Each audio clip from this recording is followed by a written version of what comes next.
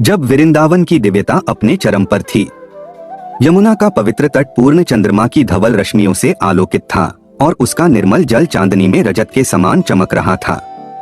इस मनोहारी वातावरण में भगवान श्री कृष्ण ने अपनी अधरामृत से सिंचित वेणु का वादन आरंभ किया। उस वंशी की मधुर तान ने चराचर जगत को सम्मोहित कर लिया। उस दिव्य संगीत से आकर्षित होकर ब्रज की गोपियों ने अपने समस्त लौकिक कर्तव्यों और सामाजिक बंधनों का परित्याग कर दिया और अपने प्राणप्रिय श्री कृष्ण से मिलने के लिए यमुना तट की ओर दौड़ पड़ी। वहां श्री कृष्ण ने अपनी योग माया के प्रभाव से महारास का आयोजन किया, जिसमें प्रत्येक गोपी को यह अनुभव हो रहा था कि श्री कृष्ण केवल उसी के साथ नृत्य कर रहे हैं। यह रासमंडल परमानंद का साकार स्वरूप था, जहां प्रत्येक पद एक नृत्य था और प्रत्येक शब्द एक गीत। गोपियां भक्ति की सर्वोच्च अवस्था, जिसे संभोग श्रृंगार कहते हैं, का अनुभव कर रही थीं, जहां भक्त और भगवान का सीधा मिलन होता है।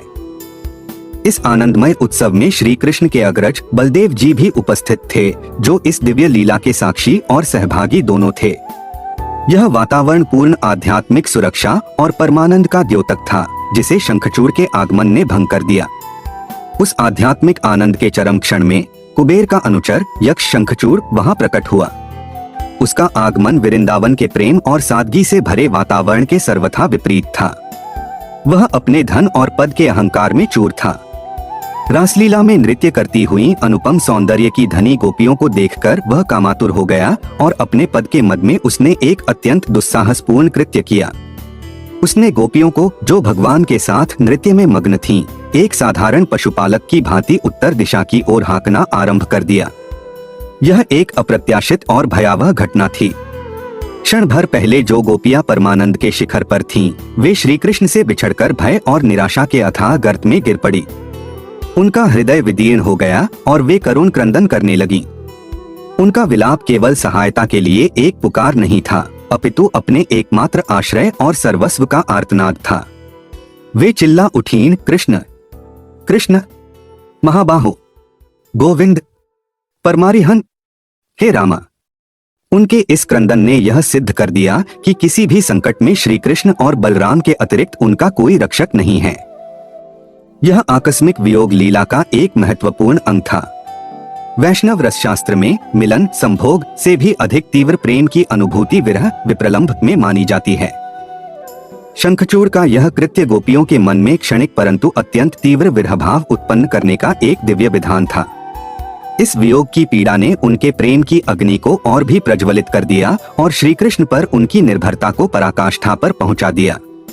अपनी प्रिय सखियों की वेदनापूर्ण पुकार सुनते ही श्री कृष्ण और बलराम का रासविलास का कोमल भाव तत्काल परिवर्तित हो गया। उनका मुखमंडल क्रोध से तमतमा उठा और वे उस यक्ष का संहार करने के लिए उद्यत हो गए। उन्होंने गोपियों को आश्वासन देते हुए उच्च स्वर में कहा, मां भैष्ट, अर्थात डरो मत। यह केवल सांत्वना के शब्द नहीं थे, अपितु भगवान द्वारा अपने भक्तों को दिया गया अभयदान था, एक दिव्य प्रतिज्ञा की उनकी शरण में आए हुए का वे सदैव रक्षण करते हैं। दोनों भाई उस यक्ष के पीछे ऐसे दौड़े जैसे दो सिंह किसी क्षुद्र श्रृगाल का पीछा कर रहे हों। उन्होंने अपने पराक्रम का प्रदर्शन करते हुए निकट खड़े विशाल शाल वृक्षों को लीलापूर्वक उखाड़ लिया और उन्हें अपने आयुध के रूप में धारण कर लिया। यह उनके सहज, ग्रामीण और साथ ही असीमित सामर्थ्य का प्रतीक था। वे अविश्वसनीय गति से शंखचूड़ के निकट पहुंच गए, यह दर्शाते हुए कि जब भगवान के भक्तों पर संकट आता है तो ब्रह्मांड की कोई भी शक्ति उनसे तीव्र नहीं हो सकती। अपने पीछे दोनों भाइयों के रौद्र रूप को देखकर शंखचूड़ का सारा साहस समाप्त हो गया। वह गोपियों को वहीं छोड़कर अपने प्राण बचाने के लिए भागा। तब श्री कृष्ण ने बलराम जी को गोपियों की रक्षा के लिए नियुक्त किया और स्वयं अकेले ही उस यक्ष का पीछा किया। कुछ ही क्षणों में भगवान ने उसे पकड़ लिया। उन्होंने कोई दिव्य अस्त्र शस्त्र का प्रयोग नहीं किया, अपितु लीलापूर्वक अपने वज्रसमान मुष्टि से उसके मस्तक पर एक ही प्रहार किया। उस एक ही घूंसे से शंखचूड़ का सिर उसके धड़ से अलग हो गया और वह निर्जीव होकर पृथ्वी पर गिर पड़ा। भगवान ने उसके मस्तक से एक देदीप्यमान चूड़ा में निकाल लिया। मृत्यु के उस क्षण में लीला का वास्तविक उद्देश्य प्रकट हुआ। यक्ष का स्थूल शरीर वहीं रह गया और उससे एक दिव्य तेजोमय स्वरूप प्रकट हुआ। यह गोलोकवासी गोप सुदामा का मूल स्वरूप था। उस मुक्त हुई आत्मा ने भगवान श्री कृष्ण की स्तुति की और एक दिव्य विमान में बैठकर अपने शाश्वत धाम गोलोक को प्रस्थान किया। इस प्रकार हरण की यह लीला अंतः उद्धार में परिणत हुई। यहाँ यह समझना महत्वपूर्ण है कि भगवान द्वारा किया गया यह वध लौकिक हिंसा नहीं अपितु परम करुणा का कार्य था। सुदामा श्री राधा के शाप के कारण एक कष्टप्रद आसुरी चेतना में फंसे हुए थे। इस बंधन से मुक्ति का एकमात्र उपाय भगवान के श्रीहस्त से मृत्यु प्राप्त करना था। भगवान का दिव्य स्पर्श उस शाप और उससे जुड़े कर्मों को भस्म करने की सामर्थ्य रखता है। अतः श्री कृष्ण का यह प्रहार दंड नहीं बल्कि शुद्धि और मुक्ति का एक विधान था जो उन्होंने अपने प्रिय सखा को उसके मूल स्वरूप में पुनर्स्थापित करने के लिए किया।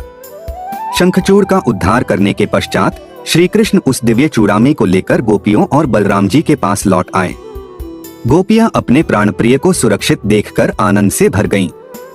विरह की अग्नि में तपकर उनका प्रेम अब और भी निर्मल और प्रगाढ़ हो गया था। तब श्री कृष्ण ने एक अत्यंत महत्वपूर्ण और प्रेमपूर्ण कार्य किया।